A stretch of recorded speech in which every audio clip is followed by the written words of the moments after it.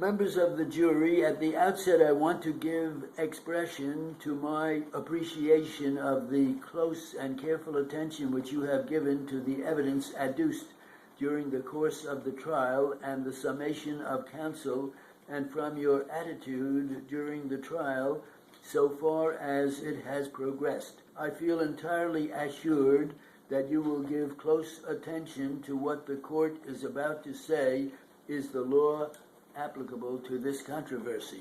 You have just come into this court for service, and I want to say to you, as I have said to other jurors, that the functions of court and jury are very sharply divided under our judicial procedure.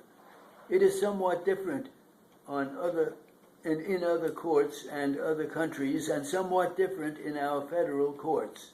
But here we have an ideal method of the conduct of judicial inquiries like this. The function of the court is to instruct you as to the law and to pass upon any question of evidence arising during the trial. The function of the jury is to determine questions of fact after applying the instructions which the court shall lay down for its guidance in coming to a determination of the questions of fact. Neither may invade the function of the other. If I have an opinion on the question of fact here, I may not impose that upon you.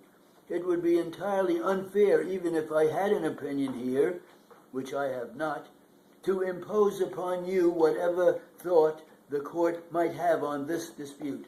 So you realize that you are to appeal or approach the determination of this controversy with fair and impartial minds. During the course of the trial, the court had previously had discussions with counsel as to some questions. Do not get the impression from that the court has any opinion on the question of fact here. It has none and may not have any.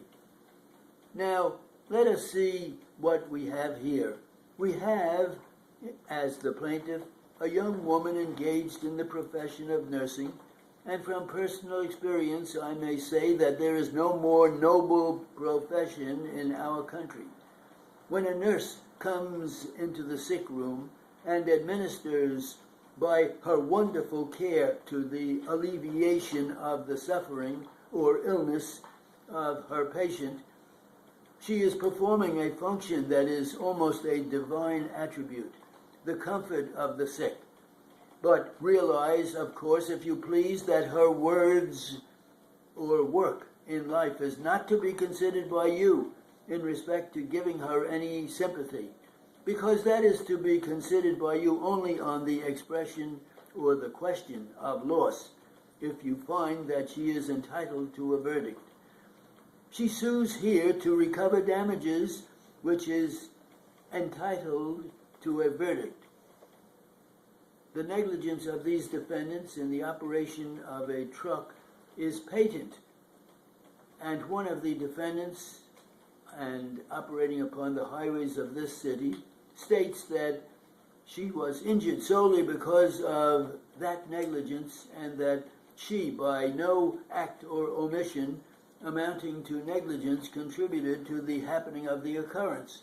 She just placed her damages at $25,000.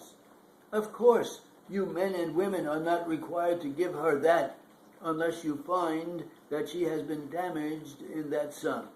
You are to give her within that sum whatever would be satisfactory to your minds in compensation for what you find she has established if she was damaged because of these injuries. She says that being on one of the highways of our city, on Broadway, south of 240th Street, on her way home from her day's work, she reached the southerly crossing. And let me say first, for that she says, I ask to be compensated because that was negligence on the part of the defendant. The chauffeur says he had come to a stop at the particular time, being arrested by the light, which he realized was a notification to him to come to a stop, and that while he was at a halt west of the building of that intersection at 242nd Street and Bronx, she, the young woman, came in contact with his vehicle and went down.